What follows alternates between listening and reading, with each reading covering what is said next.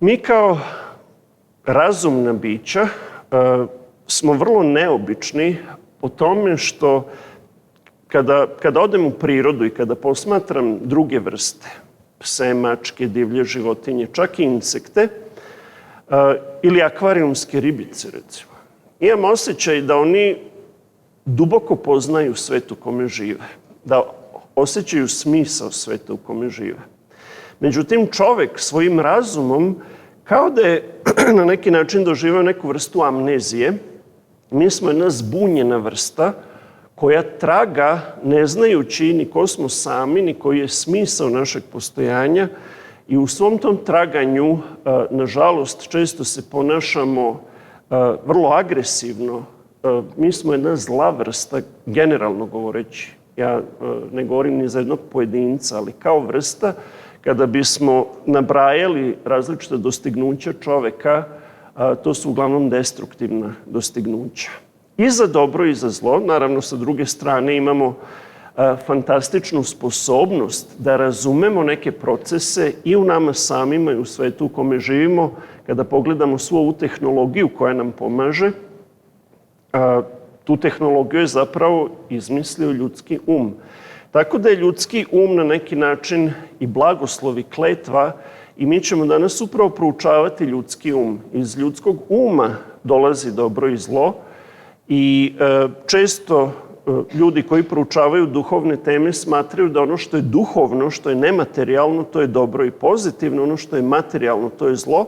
Međutim, to nije biblijski koncept. Biblijski koncept je da je čovek biće koje je materijalno i duhovno u isto vreme, i Biblija otkriva da je zapravo poreklo zla u jednom duhovnom svetu i da je čovek tek kasnije postao igrač u toj borbi između dobra i zla.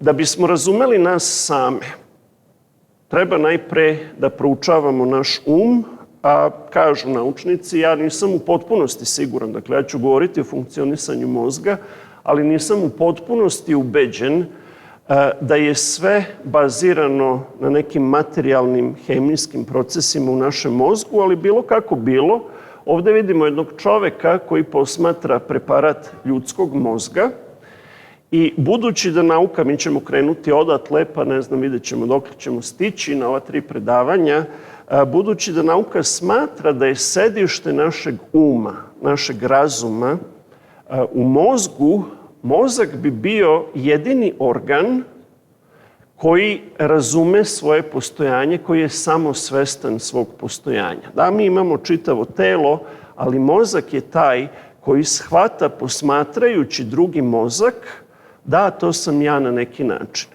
I taj mozak, u čiju kompleksnost ćemo danas zaroniti, je najkomplikovaniji kilogram poznat nauci od svega što postoji u univerzumu, i vidjet ćete malo od te kompleksnosti, ali naslovio sam taj kilogram, pošto kada kažem kilogram i po, to malo nije baš, nije lep naslov, pa sam rekao najkomplikovaniji kilogram u univerzumu.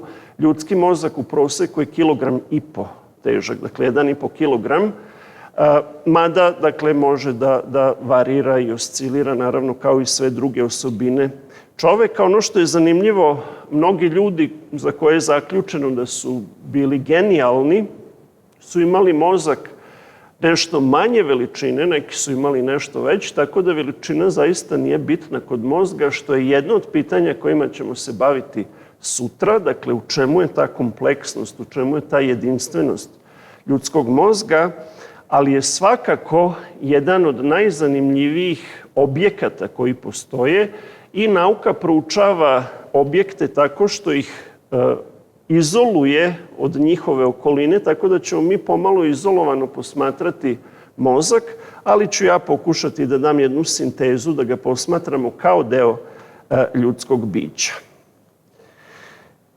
Postoje mnogi mitovi o mozgu, tako da ću ja pokušati neke od tih mitova, bar da postavim pitanje.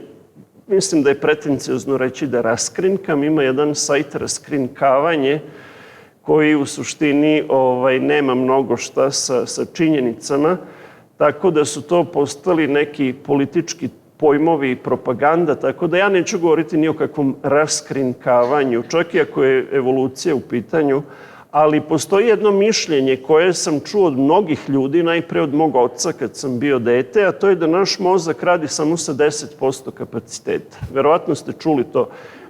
Negde ćete čuti čak i 5% ili samo nekoliko procenata.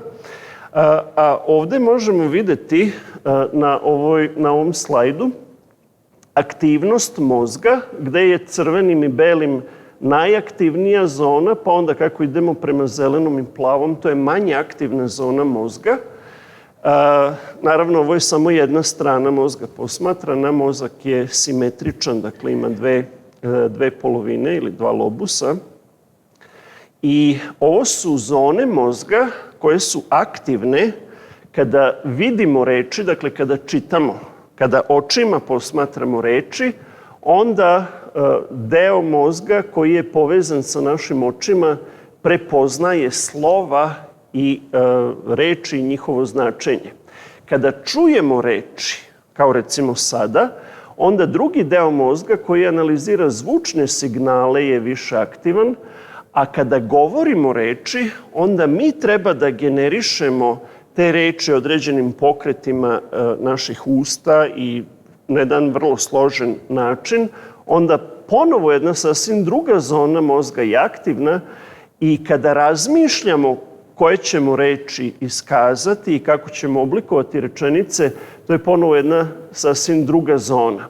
Tako da pogledajte, evo, ne treba mi sada da ubeđujemo jedni druge, možete sami pogledati na osnovu činjenica koliki deo mozga je aktivan kada se bavimo rečima na različite načine.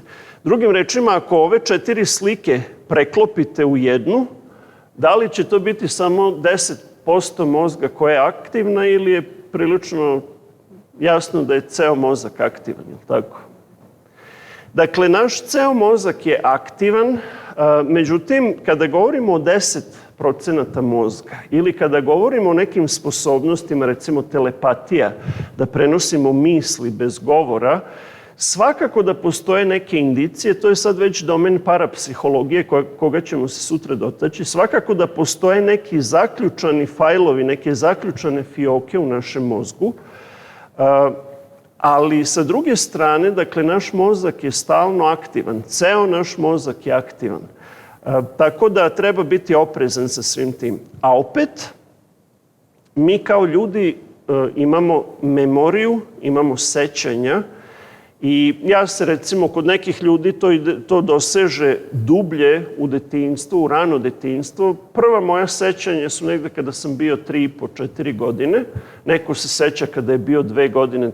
Ima ljudi koji tvrde da se sećaju kad su bili male bebe, nekog detalja, nekog dešavanja, ali generalno govoreći, naš mozak stalno procesuje informacije koje dolaze kroz naša čula, pamti te informacije. Ja se recimo sećam i sad sam se podsjetio kada sam bio u svom rodnom Somboru, mirisa određenih ulica u kojima sam odrastao. Dakle, čak i to možemo memorisati, ne samo reči, ne samo osobe, ne samo događaje, čak i mirise možemo memorisati. I ono što je zanimljivo, ja ne znam ni za jedan slučaj da je neko živeo toliko dugo, naravno desi se neke neurodegenerativne bolesti kad starimo, veća je verovatnoća za Alzheimera ili nešto drugo, ali se ne sećam da je bio jedan slučaj da je recimo neki 100-godišnjak toliko dugo živeo i memorisao da više kao kad imate onu video karticu ili memory karticu, ne može više da stane, kaže, puno vam je kartica, morate da deletirate neke slike. Što znači da mi možemo da preživimo 100-120 godina i da još uvek naš mozak može da pamti, može da uči, a Biblija otkriva da je čovek pre potopa živeo i do 900 godina. Isti čovek kao što smo mi, isti geni, ali jedan drugačiji svet. Naravno, to možemo prihvatiti ili ne prihvatiti verom ili genetikom. Ako je istina da je čovek mogao da živi nekoliko stotina godina, onda je očigledno da je čovek imao kapacitet i da pamti i da uči tih 900 godina. I to je jedno pitanje koje je bitno za našu treću i zaključnu temu, da li smo nastali od majmunolikih predaka ili imamo jedno više poreklo, jer samo posmatranje našeg mozga, njegove funkcije i njegovih sposobnosti, bez da ulazimo u sve te spise, može nam pomoći da donesemo nekakve zaključke i o poreklu nas samih i našeg mozga i njegovih sposobnosti. Mozak nije nešto naročito vizuelno privlačan organ. Nije ni srce, pa opet u poeziji i u literaturi srce je centar emocija i mnogi ljudi su opevali srce. Nema toliko mnogo poema i pesama o mozgu. I jedan od razloga zašto ja nisam medicinar, nego sam biolog, je taj što smatram da je ljudsko telo svetinja i na neki način studenti medicine, oni moraju da rade i različite disekcije, obdukcije i tako dalje. Ja to nekako nisam mogao, ali ovo je zaista pravi ljudski mozak, presek pravog ljudskog mozga i on je pihtijast po svojoj prirodi, vrlo je mek i pravo je čudo da mi živimo. Recimo, ja posmatram decu kako se igraju, padaju, ustaju, košarkaše, različite sportiste, da s vremena na vreme dobijemo potres mozga, nekada se udarimo, nekada nastradamo, ali najčešće taj naš mozak koji je pihtijast i kada je izvađen iz naše lobanje, iz mesta gde funkcioniše, vrlo je raspadljiv, vrlo je mek. Nadam se da vas neću naplašiti danas, pa onako na prstima da idete kući, da pazite da slučajno ne potresete svoj mozak, jer smo mi fantastično izgrađeni. Ljudsko telo je fantastično izgrađeno i taj mozak je mnogo jači i sposobniji nego što izgleda kada ga ovako vidimo. Međutim, to je jedna masa, ta moždana masa je vrlo meka. Ona je 75% voda.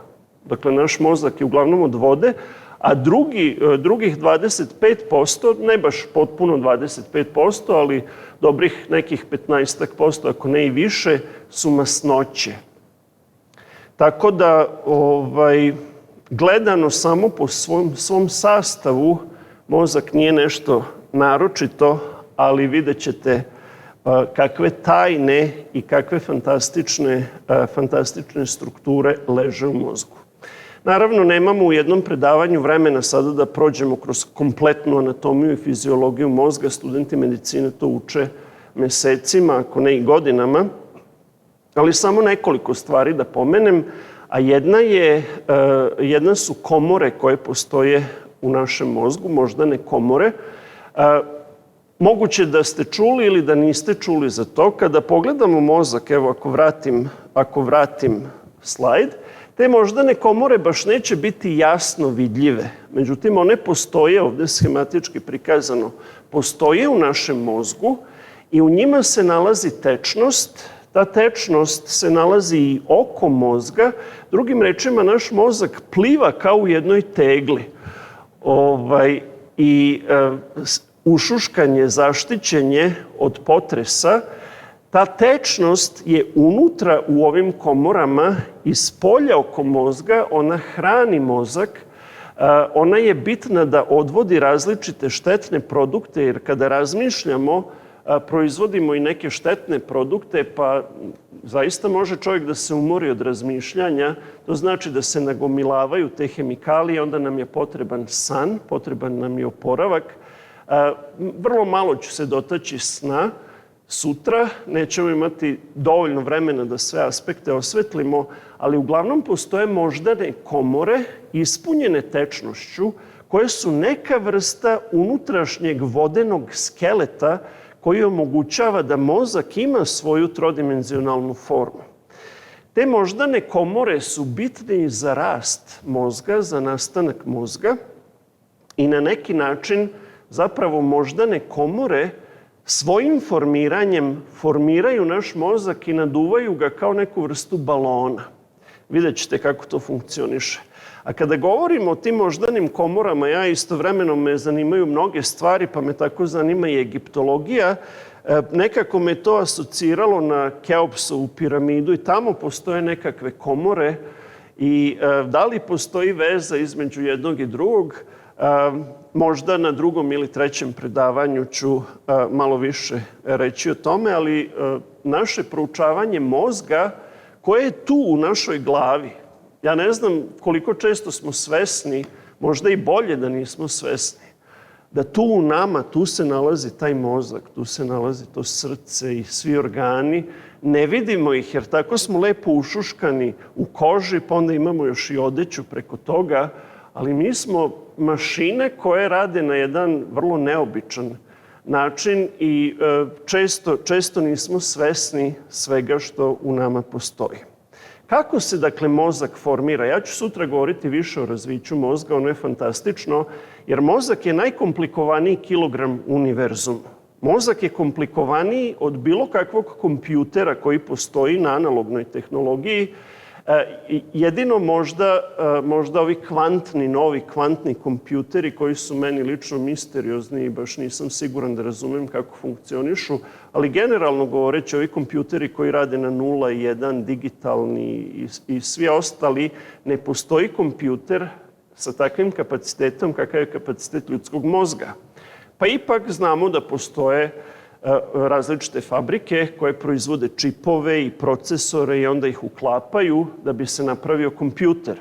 Ljudski mozak nastaje u utrobi majke kao jedna velika tajna, sam od sebe, sam se organizuje. Sutra ću reći malo više o toj organizaciji, ali komore mozga su jako bitne za samu strukturu mozga, za samo nastajanje mozga.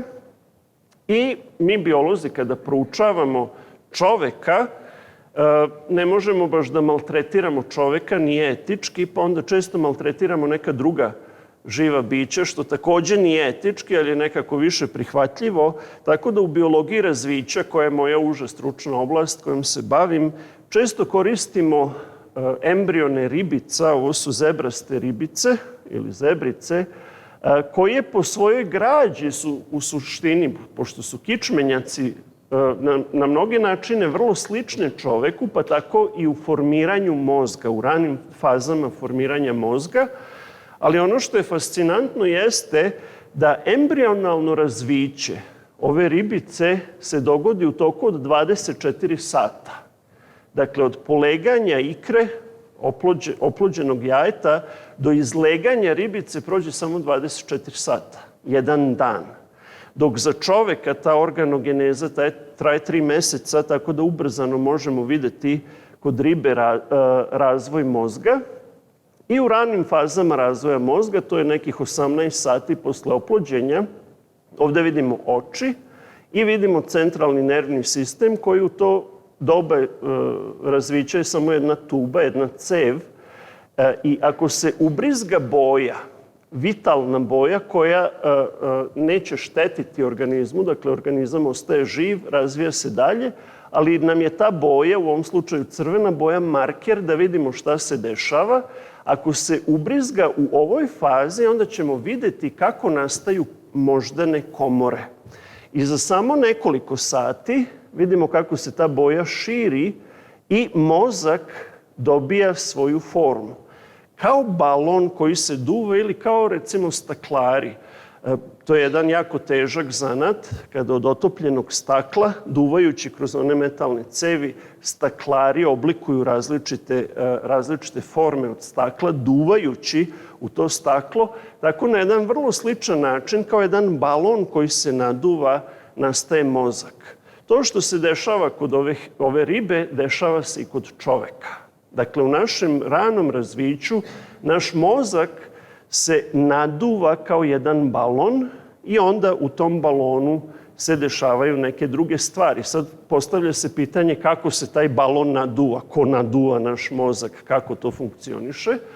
Postoje pumpe u ćelijama mozga, kalijumove i natrijumove pumpe, koje menjaju koncentraciju soli.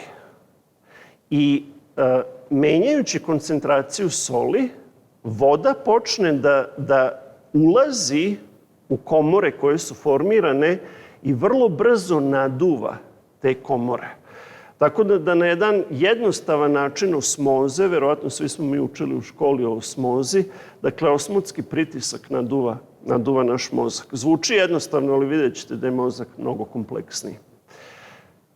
Što se tiče funkcije mozga, kako mozak radi, ne samo mozak, nego čitav nervni sistem, osnovna jedinica funkcionisanja mozga je ćelija koja se zove neuron. I ovde vidimo schematski kako izgledaju različiti tipovi neurona. Ja već neću vas zamarati tim različitim morfološkim podelama neurona. Ovo je jedan tipičan neuron i u ovom zadebljanju se nalazi DNK. DNK kod čoveka sadrži, dakle, u 2 kopije 6 milijardi 400 miliona slova, jednu ogromnu biblioteku koja je dovoljna za formiranje čitavog organizma. Međutim, ovde formira samo jednu nervnu ćeliju. Kada uporedimo nervnu ćeliju sa jednom krvnom ćelijom, recimo crveno krvno zrnce ili neki limfocit ili neka ćelija kože, to su potpuno različiti tipovi ćelija. Čovjek ima oko nekih 200 različitih tipova ćelija, ali je nervna ćelija jedinstvena po tome što živi mnogo duže od drugih ćelija i što može da provodi elektricitet na jedan način koji nije onog tipa kao kada imamo metalnu žicu pa imamo električnu struju. U mozgu postoji elektricitet i u našem nervnom sistemu i on funkcioniše, ali ne protokom elektrona. Ne tako da nekog dodirnete pa ga lupi struja, nego na jedan drugačiji način koji ću u najkraćim crtama objasniti. Međutim, ono što je zanimljivo kod neurona jeste da postoje dendriti, dakle to je kao neko drvo koje se grana, imate jako mnogo tih grana i postoji neurit ili akson koji se proteže velikom dužinom i neuroni formiraju nervna vlakna, dakle naše nerve. Taj neuron, jedan neuron, funkcioniše provodeći neku vrstu električnog potencijala, dakle ne električne struje elektrona, nego električnog potencijala.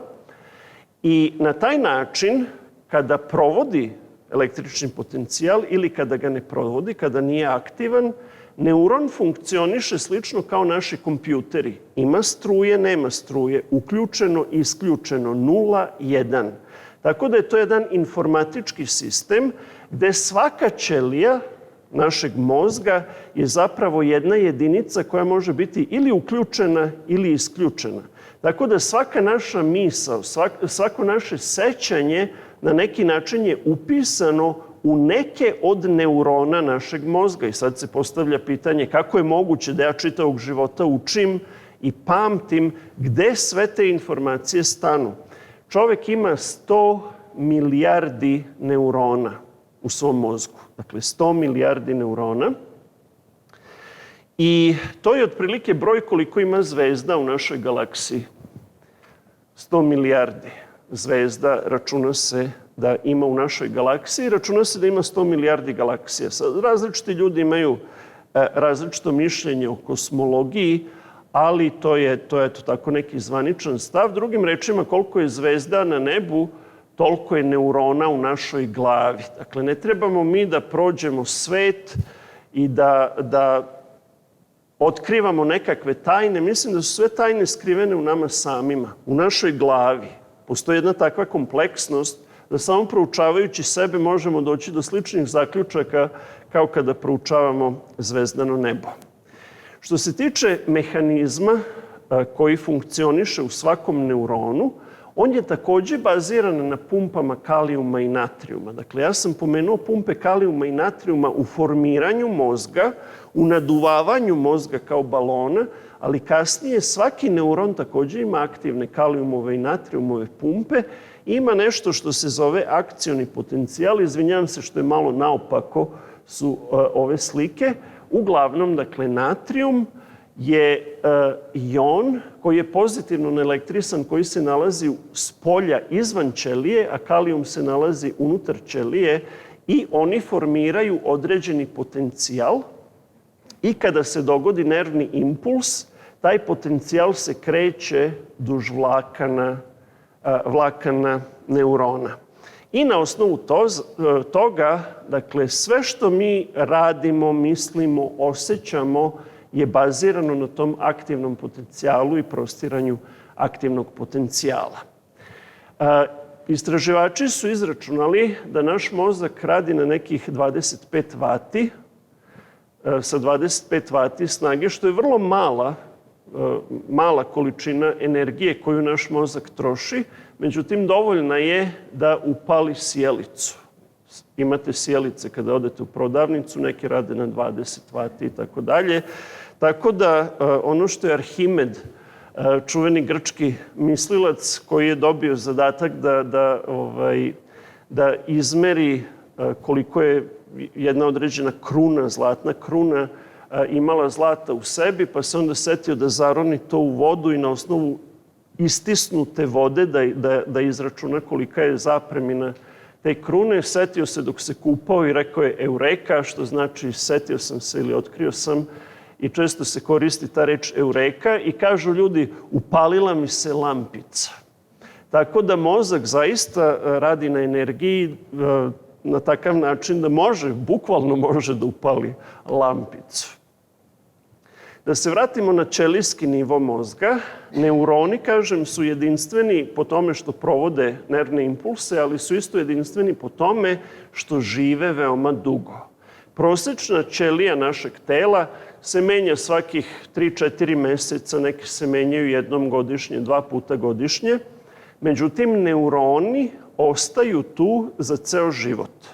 I onda je to problem ako se dogodi oštećenje, dakle neka povreda, recimo kičmene moždine, čovek ostaje paralisan jer neuroni se ne dele kao druge ćelije, one ulaze u takozvanu G0 fazu i nakon razvića imamo određeni broj neurona.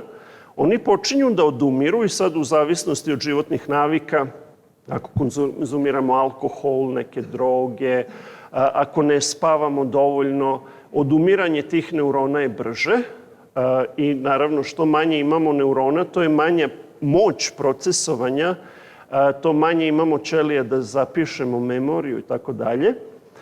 Ali generalno govoreći, zahvaljujući tome što neuroni žive tokom našeg celog života, njihova međusobna povezanost i komunikacija omogućava da mi formiramo sećanja. Upravo to što neuroni koje sam imao kao malo dete, kada sam upoznavao svet oko sebe, miris moje ulice, ti neuroni su još uvek u mojoj glavi i oni povezujući se međusobno, a vidjet ćemo sutra do kojih to nauka je fantastične stvari otkrila u poslednjih 20 godina o memoriji i o nekim drugim aspektima mozga, dovoljna je jedna ćelija zadužena da pamti miris moje ulice. Jedna ćelija od tih 100 milijardi ćelija. Međutim, zato što žive praktično koliko živi čovek, na neki način su relativno večne ćelije, neuroni su pomalo, ono što kažu, siva inteligencija. Često ljudi, intelektualci, nisu naročito vični običnim stvarima u životu, pa onda moraju da imaju neke pomoćnike. Malo su čudni intelektualci, ja znam, ja sam intelektualac. U stvari, bolje pitajte moju suprugu koliko intelektualci mogu biti čudni ljudi, ali slično je sa neuronima, pojedinim neuronima. Neuroni su intelektualci ljudskog tela. Dakle, mi imamo jako veliki broj ćelija, imamo oko 50.000 milijardi ćelija u našem telu, a mozak ima nekih 100 milijardi neurona i oni ne znaju da se brinu sami o sebi. Pošto se ne dele, njihovo je samo da procesuju informacije, mora neko da se brine o njima. I to su takozvane glijalne ćelije. Ovde vidimo detalj jednog neurona, ovde vidimo krvni sud, kapilar. Iz tog kapilara će energija, šećer, glukoza da se prebaci u nervnu ćeliju, ali nervna ćelija ne može sama ni da se hrani. Potreban joj je neko da joj da hranu i to je glijalna ćelija koja različitim mehanizmima, nećemo ulaziti u detalje, ali različitim mehanizmima te glijalne ćelije, kojih ima nekoliko tipova, astrociti ili zvezdaste ćelije, aster na grčkom znači zvezda, hrane neurone i takođe odvode od neurona štetne hemikalije koje onda završe u tom likvoru u kome čitav naš mozak pliva. Glijalne ćelije mogu da se dele. To su obične smrtne ćelije bez kojih taj neobični mozak ne bi mogao da radi i glijalnih ćelija ima više nego naših neurona. Često 2-3 glijalne ćelije opslužuju jedan neuron da bi mogao da funkcioniše. Tako da kada se dogodi tumor mozga, recimo tumor je kada dođe do nekontrolisanog rasta određenog tkiva, to nisu neuroni, pošto neuroni se ne dele. Dakle, koliko ih imamo u detinjstvu, toliko ili smanjuje se broj neurona.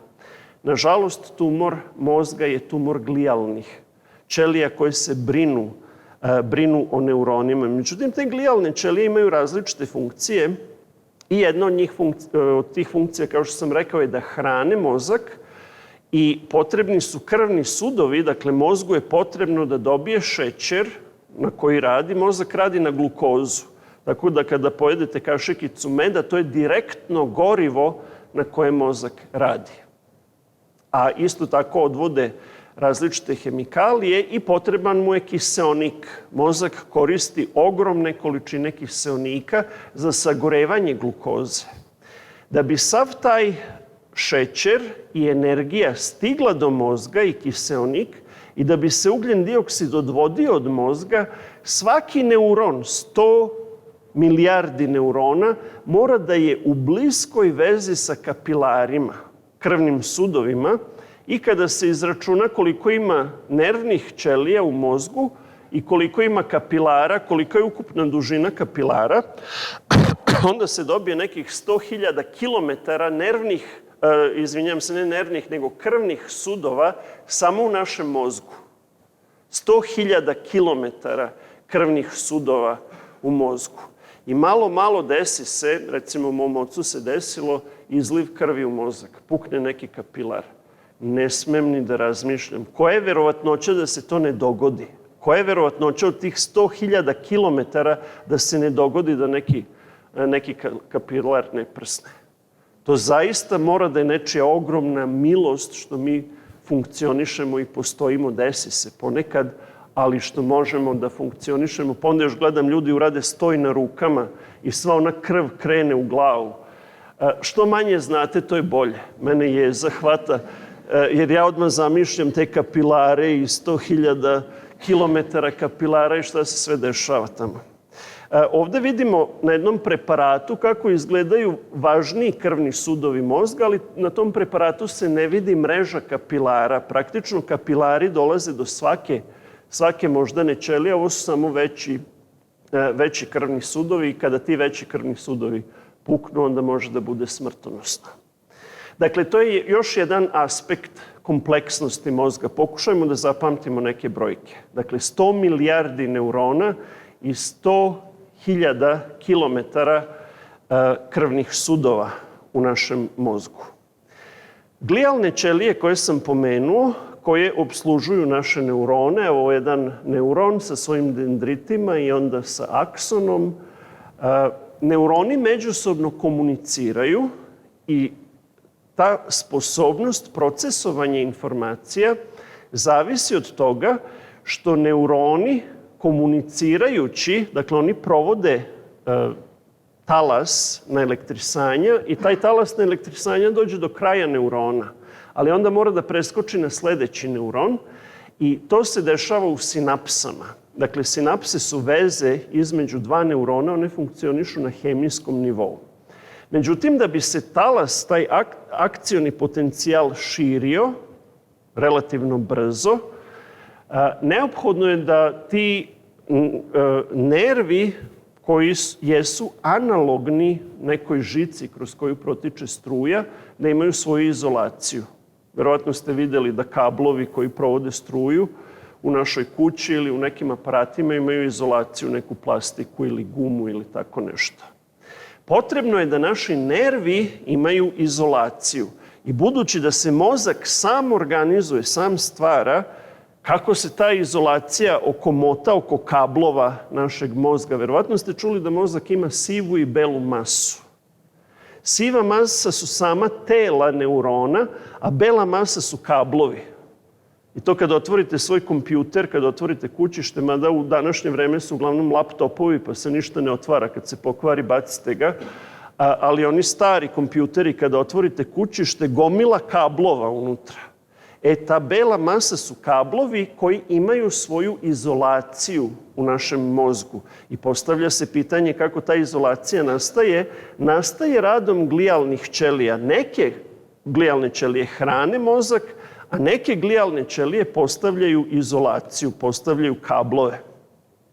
I ovako izgledaju određene glijalne ćelije, naravno nisu crvene boje, ovde čisto schematski prikazano.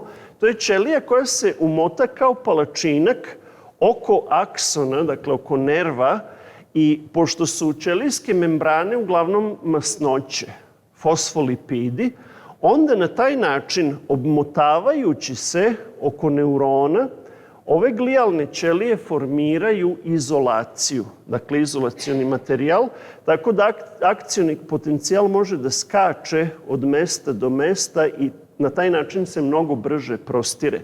Indukuje se, dakle, taj akcioni potencijal. Ovde vidimo presek jednog nerva i vidimo kako je fino namotan kabel. Izolacija na taj kabel i koliko ima mnogo tih nivoa izolacije. Sad zamislite evolutivne procese u kojima odjednom jedna ćelija bez nekog vidnog razloga počinje da se obmotava oko nerva da bi taj nerv mogao brže da prostire impuls. Jer ako brže prostire impuls, možete brže i da napadnete, a brže i da pobegnete. Ali odakle toj ćeliji ideja sada da se ona okomota? Gde je to znanje elektriciteta da je potrebno da se obmota oko ćelije da bi brže prolazio impuls? Osim toga, dobro umotate se oko ćelije, ali treba da imate neke kopče da to drže. I postoje belančevine u membrani tih ćelija koje se obmotavaju. Inače, ta struktura se zove mijelin, koja je izolacija na nervima i kao kopče se povezuju svi ti fini slojevi koji se obmotaju oko nerva, su međusobno zakopčani belančevinama tako da ne mogu da se odmotaju. Sad problem je, postoje autoimuna oboljenja i nekad naš imunni sistem napada te belančevine i onda imamo problem sa mijelinom i onda ljudi imaju neke tipove problema sa radom svog mozga. Postavljanje izolacije je različito u našem perifernom nervnom sistemu i različito u centralnom nervnom sistemu. Dakle, oligodendrociti vrše postavljanje izolacije u centralnom nervnom sistemu, kičmena moždina, naš mozak, dok neki drugi tipovi glijalnih ćelija, kao Schwannove ćelije, to rade u perifernom nervnom sistemu. Jer poenta našeg funkcionisanja je da mozak može da komanduje. Ja iz mozga mogu da komandujem stopalu da se pomera. Dakle, mora da postoji veza, mora da postoje kablovi. Jedan tip ćelija obmotava nerve u mozgu, drugi tip ćelija u ostatku tela. Kako je to moguće? Kako su ti različiti tipovi ćelija se dogovorili ko šta treba da uradi? Ima jedna zanimljiva stvar oko mijelinizacije našeg mozga, dakle postavljanje kablova u našem mozgu, a to je da su naučnici otkrili da se zapravo razviće ljudskog mozga završava tek kada imamo nekih 20-21 godinu. Mi možemo da postanemo punoletni sa 18, u Kanadi deca mogu da voze auto sa 16 godina, jednostavno se skupe ljudi, donose neke zakone, glasaju i tako dalje, bez da pitaju biologe kako funkcioniše čovek, kako funkcioniše ljudski organizam. Tako da ovde vidimo stepen mijelinizacije, recimo kod deteta od 5 godina, kod deteta od 16 godina, tinejdžer, i kod odrasle osobe 20 godina, još uvek nije u potpunosti završena mijelinizacija. Kompletna mijelinizacija je plave boje, a niska mijelinizacija crvene boje. Tako da možete da vidite da tek sa 20 godina se zapravo formira u potpunosti mozak. Zašto je to bitno? Kablovi nisu dovoljno izolovani pre nego što napunimo nekih 20-ak godina. Što znači da su nam misli zbrkane. Razmišljam o ovome, onome, ne mogu da se u potpunosti skoncentrišem na određenu temu. I onda još pored toga smo tinejdžeri, pa počnu hormoni da divljaju u našem telu i to je ubitačan koktel. I onda tinejdžeri ponašaju se onako kako se ponašaju i to može da bude opasno ako učestvujemo u saobraćaju. Tako da ja moje deci uvek savjetujem, nikad ih ne teram ili zabranjujem nešto, ali ih savjetujem: deco, ako vam je život mio, nemojte da vozite pre nego što napunite 20. Polako, ima vremena, život je relativno dug. Ako ćete slušati biologiju i razviće našeg mozga, ne možemo dovoljno da se skoncentrišemo. Ako ne ubijemo sebe, možemo nekog drugog da ubijemo u saobraćaju. Naravno, ja to spomenem mojim studentima u Alberti. U Alberti, ja mislim, se rađaju u autovima, valjda tamo deca sa 16 već znaju da voze, oni sa roditeljima su već vozili, nego čisto formalno da uzmu svoje vozačke dozvole. Tako da to kad im kažem, samo što me ne linčuju tamo i isteraju. Ali nešto o čemu treba da razmišljamo i kao roditelji, a i kao učesnici u saobraćaju, jednostavno mi ne dovršavamo razvoj našeg mozga do 20. 21. godine. Naravno, industriji guma, industriji benzina i tako dalje, automobila odgovara da što ranije uđemo u saobraćaj. Hajde da se vratimo mozgu i kompleksnosti mozga. Neuroni, koji su osnovne jedinice mozga, međusobno komuniciraju kroz sinapse. Dakle, ovde imamo jedan neuron, pa drugi neuron, vidite te izolacije, ovde su samo delimično prikazane na neuronima i međusobno neuroni komuniciraju sa ogromnim brojem tih nastavaka na svojim telima i mogu da prenose signal jedni drugima. Ali na mestu gde jedan neuron prenosi signal drugom neuronu, to više nije električni signal, nego postaje hemijski signal. Dakle, nervni impuls dolazi do kraja jedne ćelije i zatim postaje hemijski signal koji oslobađa neurotransmitere u sinapsu, koja je zapravo prostor između dve nervne ćelije, i na drugoj ćeliji postoje receptori kao ključ i brava. Postoje brave koje će prihvatiti te neurotransmitere i aktivirati signal u sledećoj ćeliji. To je kao kad se igramo gluvih telefona, pa vi nekom šapnete reč, pa onda taj neko šapne drugome i onda na kraju vidimo kako se nismo razumeli. Jedino što ovde sve funkcioniše, ovi neurotransmiteri pale signal u sledećoj ćeliji, pa ono u sledećoj ćeliji. Tako, na taj način male ćelije našeg tela mogu da premoste velike razdaljine. Ali ono što je zanimljivo, dakle, tih 100 milijardi ćelija ima trilijone i trilijone sinapsi kojima pravi ogromnu količinu kombinacija. Ali kako sinapse zapravo funkcionišu? Ovde vidimo neke od sinapsi. Različitim bojama su različiti neuroni obojeni i to izgleda kao neka vrsta haosa, kako se tu snaći u svemu tome, a u tom haosu se negde krije miris moje ulice. Vrlo zanimljiva stvar kako sve to funkcioniše. Međusobno tih sinapsi naš mozak ima 100 trilijona. Sad, to su već brojke, nemojte da me pitate koliko nula ima u tim brojkama. Dakle, 100 milijardi neurona formira 100 trilijona sinapsi, što je ogromna kombinatorika. I kroz te sinapse međusobno komuniciraju nervne ćelije našeg mozga. Drugim rečima, mi smo univerzum. Svako ljudsko biće je univerzum. Ne morate otići nigde dalje od pogleda sami na sebe u ogledalo da zaključite ljudsko biće je univerzum. Prema tome, ljudsko biće mora da ima mnogo dublji smisao života nego što nas to uči teorija da smo spontano, slučajno nastali nekakvim prirodnim procesima. Ali sama sinapsa kako funkcioniše je meni fascinantna. Dakle, sinapsa ili veza između dva neurona funkcioniše tako što postoje vezikule ili mali mehurići u kojima postoje ti neurotransmiteri kao ključevi za brave i onda u drugoj ćeliji su receptori.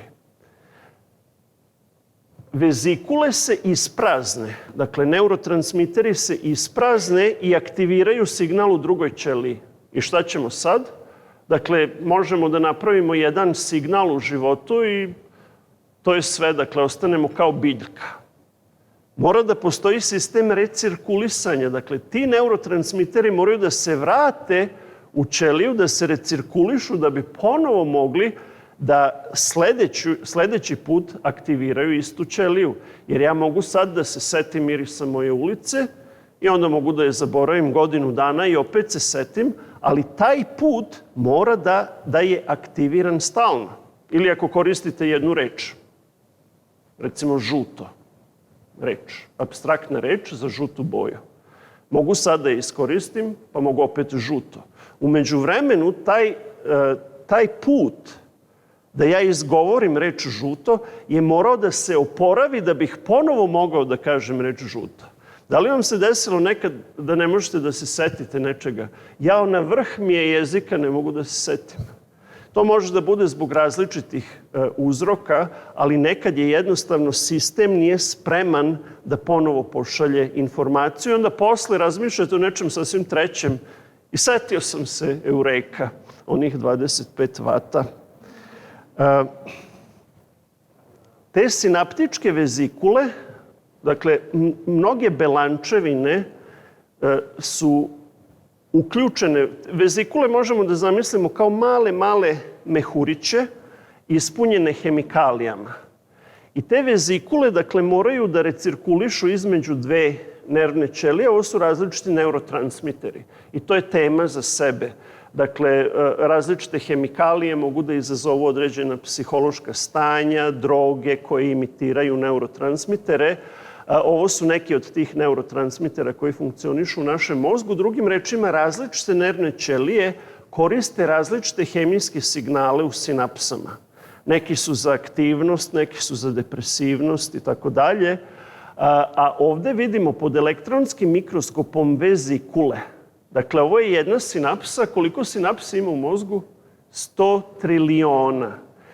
Od tih 100 triliona svaka sinapsa ima desetine i desetine vezikula. Dakle, od tih 100 triliona tamo su desetine vezikula koje se isprazne i treba da se recirkulišu ponovo. Ali kako ti mehurići, kako oni idu, kako se to dešava, da se vratim malo unazad, svaka ćelija ima svoj skelet, svoj kostur i zahvaljujući tom kosturu vezikule mogu da se usmere upravo tamo gde su potrebne, ali opet to su neki mehurići. Kako sad ti mehurići otplivaju tamo gde je potrebno? Pa postoje roboti, nanoroboti u našim telima u svakoj nervnoj ćeliji, 100 milijardi nervnih ćelija, 100 triliona sinapsi. Za svaku vezikulu, desetine vezikula u svakoj sinapsi, postoje roboti koji hodaju na dve noge, to su nanoroboti, koji hodaju na dve noge i isporučuju neurotransmitere da bih ja mogao da, recimo, zamislim kako je danas lep dan. Svaka naša misao, svako naše sećanje zavisi od triliona i triliona robota koji hodaju na dve noge po skeletu unutar naših neurona. Ovo su te dve noge. Sa jedne strane hodaju, sa druge strane su zakačeni za vezikulu. I sad, jedan robot može da hoda unapred, a drugi ide u rikverc. I često dva robota su vezana za jednu vezikulu, jer zapamtimo, treba da ih recirkulišemo da bih ja 2 puta uzastopno mogao da kažem žuto, žuto. neverovatne stvari koje se dešavaju u našem mozgu i neverovatno je da je ljudska nauka uspela da dođe do takvog razumevanja funkcionisanja mozga na nivou molekula i na nivou pojedinačnih ćelija, a ovde vidite dakle, različiti roboti koji svi hodaju na dve noge, belančevine, vuku različite vezikule i ovde vidite do detalja kako su naučnici otkrili svaki korak koji pravi taj robot. Koristi jedan molekul ATP-a ili adenozin trifosfata koji je baterija na koju mi radimo biohemijski, tako da za svaki korak koji napravi potroši se jedan molekul ATP-a koji onda treba u našim mitohondrijama da se regeneriše. Funkcionisanje ljudskog tela, funkcionisanje našeg mozga je nešto što ne bi smelo da postoji. Kada posmatramo slike sa Marsa, pustoš, stene i tako dalje, to je nešto što bismo očekivali. Ali postojanje ljudskog mozga, i ne samo ljudskog mozga, postojanje mozga jedne muve koja može da leti i da izbegne vaš pokušaj da je ulovite, je dovoljan razlog da se duboko zamislimo kako je nastao svet u kome živimo. Svet u kome živimo je kompleksan do te mere da njegovo postojanje zahteva dizajnera koji mora da je još kompleksniji od tog sveta. Kako je to moguće, teško je zamisliti.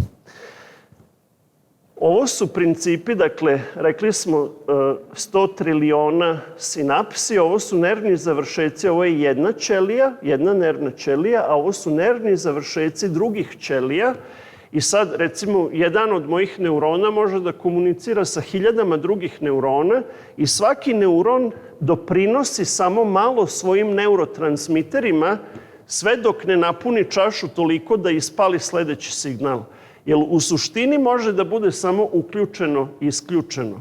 Ali je toliki broj unosa informacija da može da bude samo da ili ne. I ovde vidite logičke sisteme koji su napravljeni na ranim čipovima. Inače, ovo su slike, mislim, iz galaksije ili neke enciklopedije iz vremena kada sam ja još bio dete. I tada ti prvi čipovi koji su se pojavili u kompjuterima su bili fascinantni. Današnja tehnologija je daleko dalje. Vaš mobilni telefon koji imate je mnogo komplikovaniji od ovih čipova koji su se pojavili tamo 80. godina. A u to vreme već je bilo jasno naučnicima da ljudski mozak, kada bismo ga imitirali tehnologijom koju imamo, bio bi potreban kompjuter kao jedna ogromna dvorana. Naravno, tehnologija ide napred stravično, ali još uvek ljudski mozak dominira nad bilo čim što je čovek do sada napravio.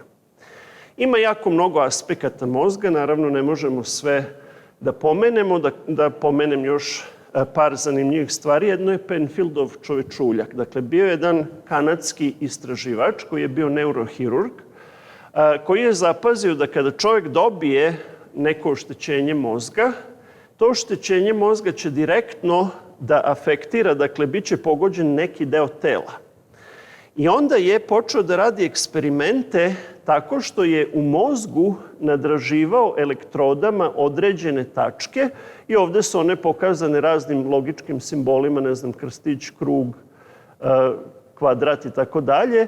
I otkrio je da postoje tačke unutar mozga koje aktiviraju senzaciju, recimo, u vrhovima prstiju. I to je uvek na jednom istom mestu. Tako da je došao kasnije do zaključka da postoji takozvani Penfieldov čovečuljak i to imamo dva čovečuljka naslikana na našem mozgu. Na površini mozga imamo motornog čovečuljka i senzornog čovečuljka. Šta to znači? To znači da, recimo, mogu da osetim toplotu ili hladnoću, hajde, recimo, na vrhovima prstiju. To je senzorni čovečuljak. Toma je preslikan na površinu mozga. Ali budući da je najveći broj senzora skoncentrisan u vrhovima prstiju, taj Penfieldov čovečuljak izgleda pomalo čudno.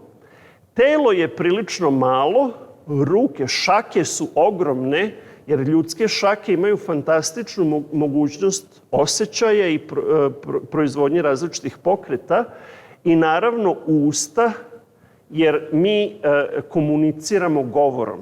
Ne postoji ni jedna životinjska vrsta koja može da proizvede toliko kompleksnih zvučnih signala koliko mi proizvodimo dok govorimo. Tako da taj Penfieldov čovečuljak ima ogromna usta, ogromne ruke i ostatak tela je mali.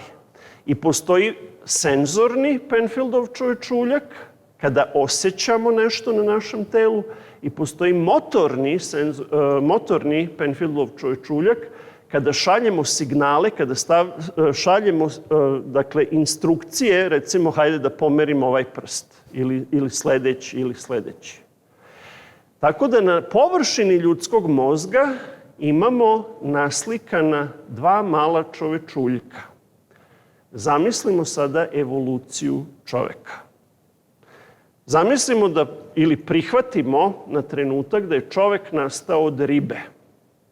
Da li je bila Penfieldova riba tamo na mozgu te ribe, pa je onda postala Penfieldova žaba, pa je onda žaba postala Penfieldov gmizavac, pa je on postao neki sisar, pa je on postao majmun.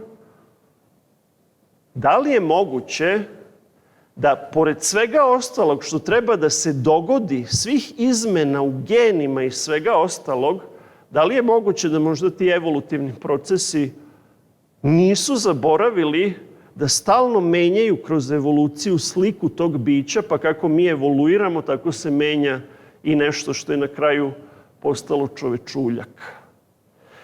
Kada duboko razmislimo o kompleksnosti funkcionisanja ljudskog bića, vrlo je teško pomiriti to sa zvaničnim stavom nauke da smo nastali od primitivnijih organizama. Ili recimo košarka. Ja imam možda visinu, ali nikad nisam bio sportista. Od sportova najviše volim da igram šah. Jedan košarkaš, inače sad kad sam bio u Somboru, svi pitaju si video Jokića, Ja radije nikad čuo za Jokića, najbolji košarkaš svih vremena. Nisam ga video, ali živim u istom gradu. Uglavnom, kada igrate košarku, kada igrate taj basket, treba da ubacite loptu kroz koš.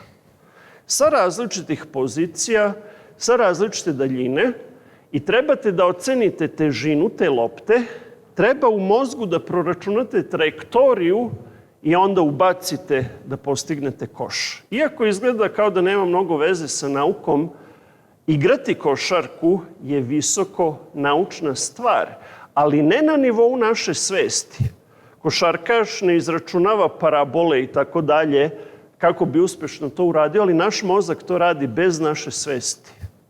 Većinu stvari naš mozak radi ne zamarajući našu svest sa time što radi.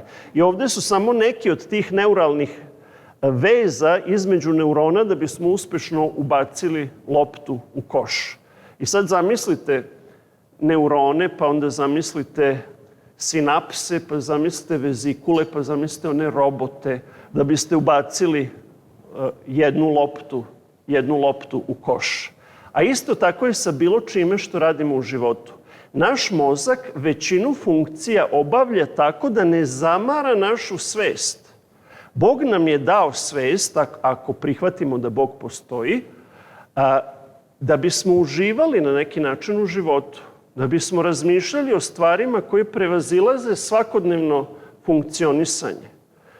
Zamislite kada bismo morali da razmišljamo o svakom otkucaju srca, pa se zapričam, pa zaboravim, pa mi srce, čekaj samo, dobro je, radi dalje.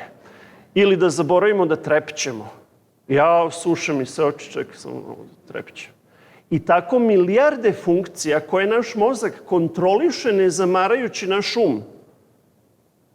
Ne samo da smo stvoreni neverovatno kompleksno, nego taj koji nas je stvorio dao nam je jednu veliku slobodu da postojimo sa jednom lakoćom. Verovatno ste čuli taj naslov, nepodnošljiva lakoća postojanja.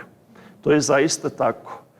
I kada razmišljamo o slobodi koja nam je data, naravno, Svi mi imamo svoje limite, niko od nas nema apsolutnu slobodu, ali kada razmišljamo o slobodi koja nam je stvaranjem data, jer ja zaista, vidjet ćemo još kroz druga 2 predavanja, ali zaista teško mogu da prihvatim da su ovakvi procesi samo u ljudskom mozgu ili čak samo u jednom neuronu mogli da nastanu nekim spontanim prirodnim mehanizmima. Kada razmišljamo o suštini toga da mi postojimo, Descartes je rekao mislim, dakle jesam. Mislim, dakle postojim. To što mislim je dovoljan dokaz mog postojanja, ali ako ja postojim, mora da postoji onaj koji je mene doveo u postojanje. Tako da su to stvari koje su jako bitne za naš svakodnevni život. I ja sam, recimo, često govorio i o oku. Oko je samo nastavak mozga. Mrežnjača oka je deo mozga i ovdje vidimo očni nerv koji ima preko 1.000.000 kablova, tako da mi možemo da vidimo u boji.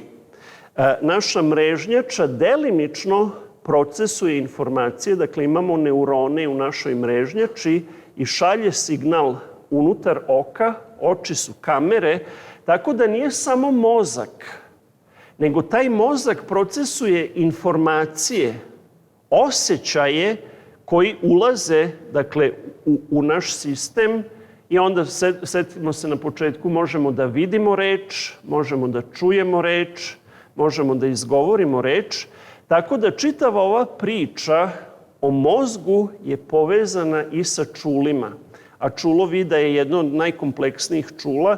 Tako da među tim slobodama koje mi kao ljudska bića imamo i slobodu da vidimo u boji. Naravno, postoje ljudi koji ne mogu da razlikuju boje, postoji daltonizam i druge mutacije, ali su to uvek neke greške koje se dogode. Generalno je čovek stvoren na jedan fantastičan način. Vidimo u 3 različite boje i onda ih sklapamo u spektar. Tako da, recimo, ako vidimo narandžasto, to su neke kombinacije signala različitih talasnih dužina i onda sve to ukupno mozak procesuje, a ono što je zanimljivo sa našim očima i sposobnostima našeg mozga da nas ne zamara, jeste da u naše oko, kao u kameru, svetlosni signal ulazi i prolazi kroz sočivo našeg oka i baca sliku na našu mrežnjaču koja je naopako. Ja vas zaista vidim naopako mojim očima. Ali onda moj mozak prebaci sliku ponovo tako da vas vidim tako kako jeste. I sad zamislite korak evolucije pre nego što se to veličanstveno delo dogodilo, da li su živa bića ovako gledala jedna druga pre nego što je mozak počeo da funkcioniše kako treba.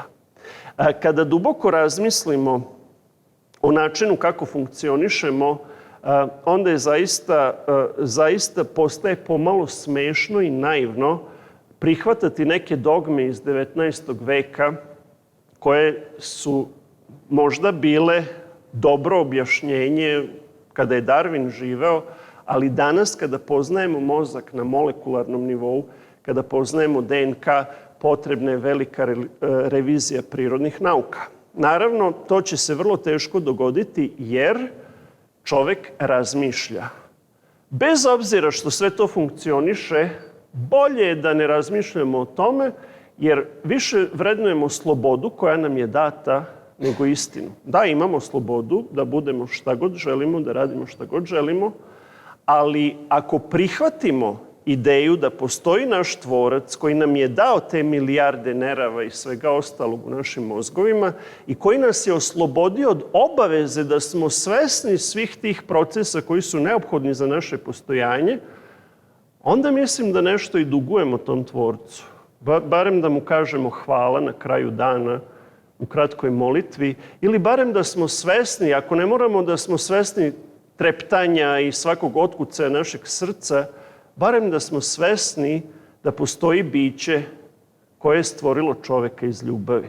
Čisto da prođe to kroz taj naš veličanstveni koji je stvorio. Nažalost, posmatram ljude u ovom svetu, svi gledaju svoje mobilne, čitaju vesti, dopisuju se, sve to lepo. socijalizacija je lepa, ali koliko nas zaista u tim svim procesima koji se dešavaju u našim mozgovima se seti činjenice da smo stvoreni iz ljubavi i da treba da kažemo hvala tom ko nas je stvorio, a to je samo prvi korak. Taj koji nas je stvorio iz ljubavi ima ogromne planove za čoveka. I naravno, u međuvremenu su se dogodili mnogi naučno-fantastični filmovi koji polako postaju realnost, Matrix i tako dalje. Evo ovde vidimo čoveka koji gleda, pošto sad imamo 100 kanala, čija je uloga, dakle TV kanali i druge mogućnosti, čija je uloga da što više zaguše i zagluše naša čula kako se ne bismo setili, kako ta misao da smo stvoreni, da imamo svog stvoritelja, ne bi doprla do naše svesti, jer naše postojanje suštinski zavisi od naše veze sa stvoriteljem koji nas je stvorio. Čovek ima problem, a taj problem je smrtnost. Bez obzira šta su naše odluke u našoj slobodi, svi umiremo. Da li je to kraj ili ima nešto iza toga, zavisi od toga da li ćemo saslušati glas onoga ko nas je stvorio. I što manje slušamo ili nismo svesni, to manje šanse imamo za dar koji je stvoritelj omogućio čoveku, a to je na osnovu svetih spisa večni život. Tako da pokušajte da ste malo manje zaglušeni sa tom različitom bukom signala oko nas. Na kraju, samo da kažem da su fizičari otkrili da ljudski um, postojanje ljudskog uma je suštinski povezano sa fizičkim zakonima sveta u kome živimo. Da gravitacija ne funkcioniše tako kako funkcioniše, da elektron ne funkcioniše tako kako funkcioniše, ljudski mozak ne bi bio moguć. Ali budući da je ljudski mozak moguć, ovaj svet je stvoren tako da omogući naše postojanje, dakle ne samo naš mozak, nego ceo svet. Što nas dovodi do jednog mesta između beskonačno velikog i beskonačno malog. Čovek ima 100 milijardi neurona u mozgu, ovo su veze između tih neurona, a galaksije su međusobno povezane, ima nekih 100 milijardi galaksija u poznatom svemiru. Ovo je beskonačno malo, ovo je beskonačno veliko i između te dve beskonačnosti u nama i oko nas postojimo mi ljudi koji smo beskonačno složeni i taj naš mozak može da procesuje i beskonačno malo, beskonačno složeno, ali isto tako može da zanemari jedno i drugo i ode nekim svojim putem u propast. Videli smo važnost reči za naš mozak. Ljudski mozak je tako podešen da može da čita reči, da čuje reči, da izgovara reči, da misli o rečima. Nijedno drugo živo biće na zemlji to ne može. Šimpanza, koja nam je najsličnija, jednostavno ne može tako da procesuje informacije. Znači, reč kao informacija je suštinski bitna za naš mozak i za nas same. Pogledajmo na kraju šta u Jovanovom evanđelju u Novom Zavetu kaže apostol Jovan, govoreći o dolasku Isusa Hrista u ovaj svet. Jovan, 1. glava, 1. i 4. stih. U početku beše reč, dakle ne materija, nije bila materija u početku, nego informacija bila. Svet nije baziran na materijalizmu, nego je baziran na ideji, baziran je na idealizmu. U početku beše reč i reč beše u Boga i Bog beše reč. U njoj beše život i život beše videlo ljudima. Apostol Jovan nije znao o neuronima, nije znao o sinapsama, nije znao o vezikulama i o robotima koji vode vezikule, ali da je znao, kada bismo opisali sve to što se iz sekunda u sekund događa u našem mozgu, sve je to dar koji nam dolazi od Boga, ali da bismo to zapisali, ceo univerzum ne bi bio dovoljan da zapišemo ono što se u jednom momentu dešava u ljudskom biću. Jovan 21. glava 25. stih, kaže taj isti apostol Jovan koji kaže da je u početku bila reč, kaže, a ima i drugo mnogo što učini Isus, koje kad bi se redom popisalo, ni u sami svet, mislim, ne bi mogle stati napisane knjige. I to je bukvalna istina. Ovo je, dakle, uvodno predavanje o kompleksnosti našeg uma, a sutra i prekosutra ćemo krenuti malo dublje u neke zanimljive teme u vezi sa ljudskim mozgom. Zahvaljujem se na pažnji, možda sam malo odužio.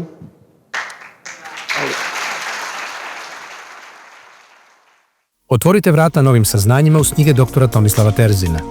Otkrite odgovore na pitanja o našem postojanju, preispitajte teorije o porijeklu čovjeka i saznajte skrivene naučne istine. Knjige koje inspirišu na dublje razmišljanje. Pronađite ih u knjižari Preporod.